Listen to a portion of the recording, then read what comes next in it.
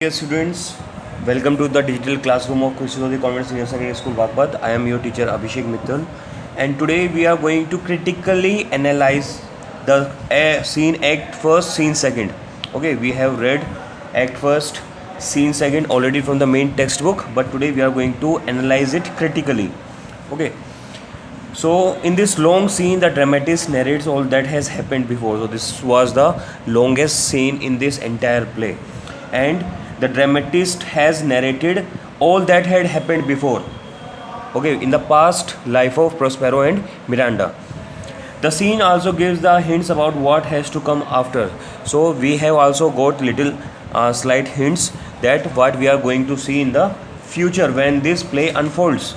The real exposition of the play takes place in this scene, and it is done by using the device of a conversation between the two characters. So the main plot or main setting of the play is revealed when Prospero and Miranda had a conversation with each other.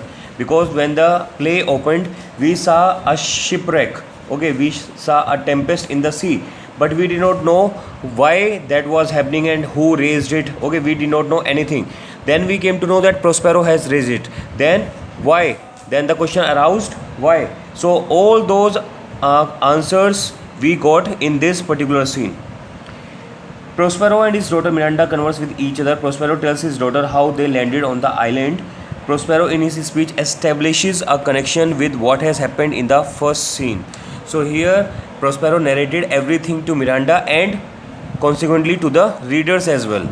Okay, Shakespeare has employed the retrospective method to establish a connection between the first scene and the second scene. So, by the medium of conversation, William Shakespeare has tried to establish a connection between scene first and scene second. Later on, the dramatist creates a world of magic and enchantment. Ariel and Caliban, the two characters who are introduced in this scene, belong to the world of magic. Okay, in this particular scene itself, we saw some supernatural elements. New characters were introduced, and who are those characters? Ariel and Caliban. They both belong to the world of magic. Ariel was a spirit and Caliban was half monster and half human, which is kind of impossible in human world. Okay, we have never heard of such characters. Ariel is the supernatural agent who executes the order of Prospero, as we have seen in the play.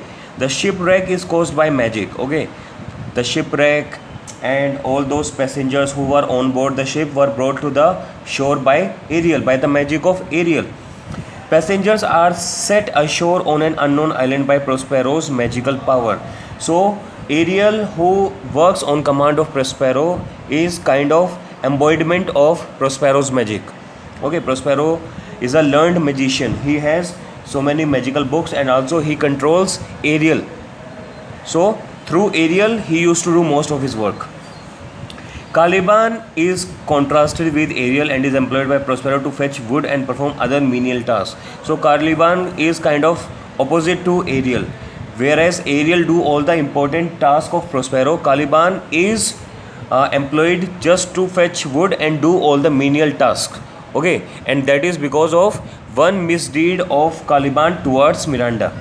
Okay, he tried to outrage her modesty.